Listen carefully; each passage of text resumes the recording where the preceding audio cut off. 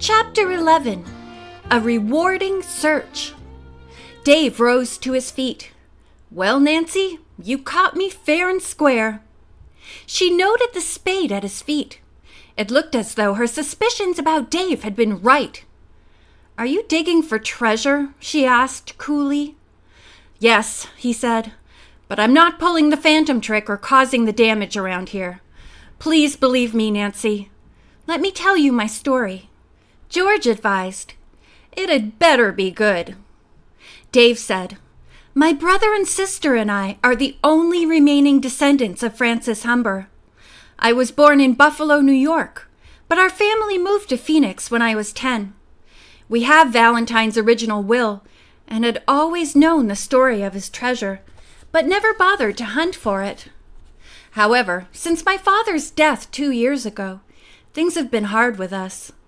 I've been working my way through college, but will need more money to help educate my younger brother and sister. So I decided to take a summer job on Shadow Ranch and look for the treasure." "How amazing!" Bess murmured. Dave reached into his pocket and pulled out a small piece of paper. In the beam of her flashlight, Nancy saw that it was a faded photograph of a pretty woman. She also noticed that the corner was torn, and the picture was just the right size to fit into the watch case. "This is Francis Humber," she announced. The cowboy looked surprised. "How did you know?" Instead of replying, Nancy asked him where he had obtained the picture. He explained that after Francis Humberdale's death, her friend in Tumbleweed, Miss Phillips, had removed the photograph from the watch and sent it to Francis's children in the East. It has been handed down in our family since then. Dave turned the picture over, and on the back the girls saw the word cellar written in old-fashioned script. He told them that the tradition in his family was that the cellar was the location of the treasure.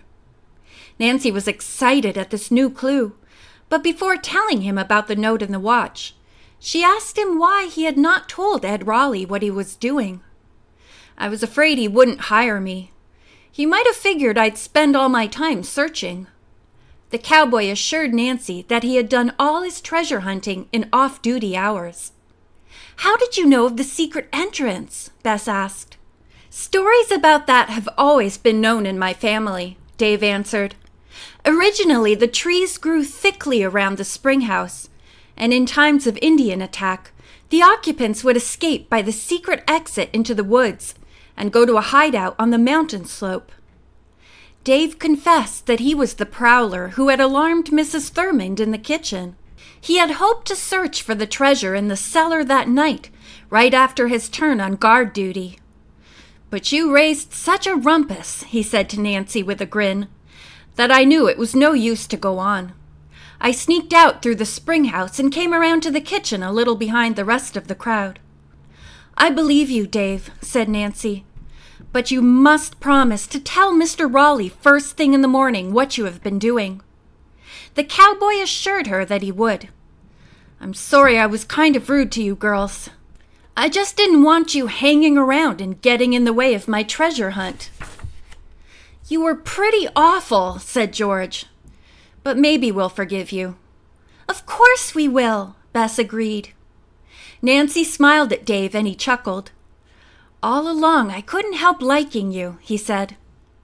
Nancy reached into her pocket and brought out the antique watch. She showed him how the secret lid opened. The picture of Francis fit perfectly to the torn fragment on the empty side. "You're amazing," he said. "What a detective." Next, Nancy removed the picture of Valentine and turned it over so that Dave could see what was written on the back.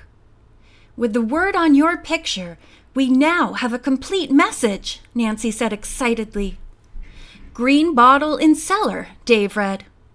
Surely the treasure would be too large for a bottle. But perhaps it's a clue to the real thing. "That's what Nancy figured," George said, grinning. "Let's start digging." For half an hour, Dave dug, and the girls probed the loose dirt for a bottle.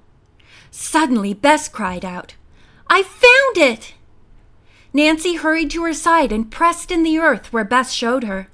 Her fingers touched the neck of a bottle with a cap on it. Dave came over and spaded carefully around the glass. When it was partly free, Nancy said, "Wait!" She brushed the dirt from the large bottle and shone her light on it. Bess exclaimed in disappointment. The bottle was black. "No use bothering with that," Nancy said. "We're looking for a green one. This has been lying here for years and gradually became covered with dirt." With grim determination, the treasure hunters continued to dig and sift the earth. When they had worked over the whole cellar floor, the four stopped, exhausted, and sat down. Bess expressed the thought that was in all of their minds. "Maybe someone has found it already." "Shorty, perhaps," Dave said. "I've caught him snooping." He told the girls that he suspected the other cowboy of knowing about the secret entrance and of inflicting damage on the ranch. "I'm sure he's not working alone either, but who else is in league with him I don't know." Nancy pointed out that if Shorty and his accomplices had found the treasure, they would have left the ranch by this time. The young detective said, "There's another person who might have found the bottle. Frances Humber herself. What do you know of her story, Dave?" Only that Dirk Valentine and Frances had met only once on Shadow Ranch. He sent her a message that he was coming, and Frances slipped out of the house through the secret entrance and met him in the spring house. But the law was after Valentine as usual, and he had to leave the territory. He wrote to Frances, however, during the summer of 1880, but her father intercepted the letter and sent Frances to friends in Montana. Then Valentine probably hid the bottle in the cellar while Frances was away, and sent her the watch with the location of the bottle written on the backs of the pictures. "That's right," Bess declared. "The date on the watch is June 1880. Dave went on to say that Frances must have written to Valentine and told him on what day she would return, for that night the outlaw sneaked onto the ranch to see her. But the sheriff and the posse suspected that he would come. They were lying in wait and shot Valentine as he entered the spring house. A few minutes later, the sheriff went to the living room to tell his daughter. He found her lighting a lamp. When he told her that her sweetheart had been killed, she fainted. "Oh, no!" cried Bess. For many weeks she was ill, Dave continued. During this time, her father found the watch sent to her by Valentine and took it. When she was well enough to travel, he sent her to stay with relatives in Buffalo. There she married, had 2 children, and died while still a young woman, he concluded. George sighed. Poor thing! She never had a chance to come back here and hunt for her treasure. Suddenly Dave stood up. "I must go now," he said. "I have to stand watch soon in the East Meadow." Quietly the foursome left the cellar by the secret entrance and parted outside the spring house. The girls went to shower and changed their clothes.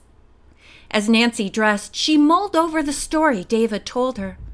She tried to reconstruct the scene at the ranch house on the night of the outlaw's death. If Frances had returned home only that afternoon, Nancy reasoned, she may not have had a chance to look in the cellar for the bottle until that night. No doubt she also knew or guessed that her sweetheart would come to see her at the place they had met before. When the shots were fired, Frances would surely have heard them. Here Nancy came to the part of the story that puzzled her. Maybe Frances Humber was in the cellar and ran upstairs to light a lamp? But why? It would have been more natural for her to go outside to be with Valentine. But suppose Frances had already found the bottle? At the sound of the shot, she dashed upstairs in a panic, then found that she still had the bottle in her hand. "Of course! She hid it in the lamp," Nancy said aloud. Then when her father walked in, Frances lit the lamp to cover her action. At the bewildered looks on the faces of Bess and George, Nancy chuckled. Quickly she told them her new theory. "We must ask Aunt Bet if any of the old Humber lamps are still on the premises." The girls hurried to the living room and found Mrs. Raleigh seated in a rocker, mending her husband's socks. In response to Nancy's question, she told her that there was a lot of junk from former owners in a storeroom next to Alice's bedroom. The girls hurried down the hall and entered the storeroom. Bess switched on the ceiling light. Amidst old trunks, baskets, and barrels, they found a bird cage and a hat stand, but no lamp. On the seat of a broken chair lay a ragged quilt with something wrapped in it. Nancy carefully unfolded the bed cover. Revealed was a large oil lamp with a deep ruby glass well. Bess gave a gasp of excitement, and George said, "If only it's the right one!" With anxious fingers, Nancy removed the chimney and the wick.